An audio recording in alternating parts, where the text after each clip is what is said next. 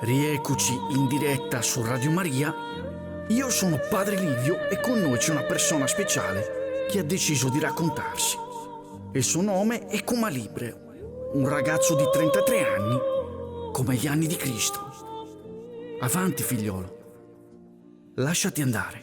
Mi sveglio sempre con la luna storta, ma è una gioia a una volta che bussi la fortuna alla mia porta. Il destino ha voluto che vivessi in un posto paradisiaco, ma questa vita è dura come il triathlon.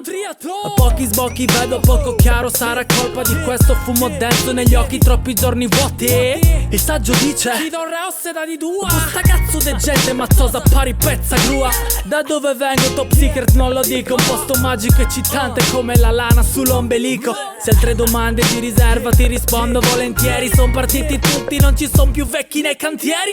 Le strade son piene di buche, sembra un campo di golf delineato con strisciate da cadute, casche e paracadute. Questo è il kit salvavita, sarà un atterraggio soft in quel buco inserirete la minchia. Sono un artista forse troppo personale, ogni disco chiuso ci ripenso e da rifare. La mia realtà non mi fa vedere chiaro, lo dico sottovoce raga, sono di Oristano.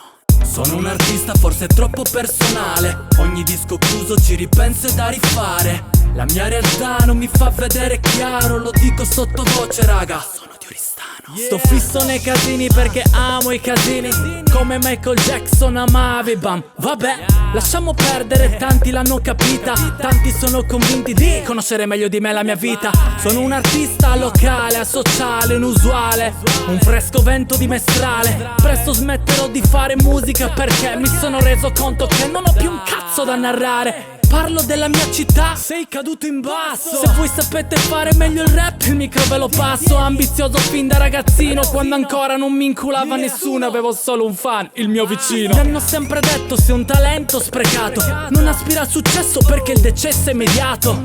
Potremo vivere ovunque, comunque ci faranno sempre un bel chinotto rigato. Sono un artista forse troppo personale, ogni disco chiuso ci ripenso e da rifare. La mia realtà non mi fa vedere chiaro, lo dico sottovoce raga, sono di Oristano. Sono un artista forse troppo personale, ogni disco chiuso ci ripenso e da rifare. La mia realtà non mi fa vedere chiaro, lo dico sottovoce raga, sono di Oristano.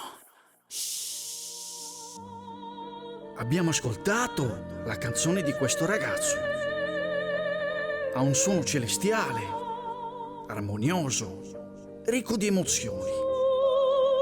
Le parole significative, metaforiche, figurative, paradigmatiche, emblematiche e formali, onorarie, che soffocano quegli interrogativi che sono lì, che bussano alla porta.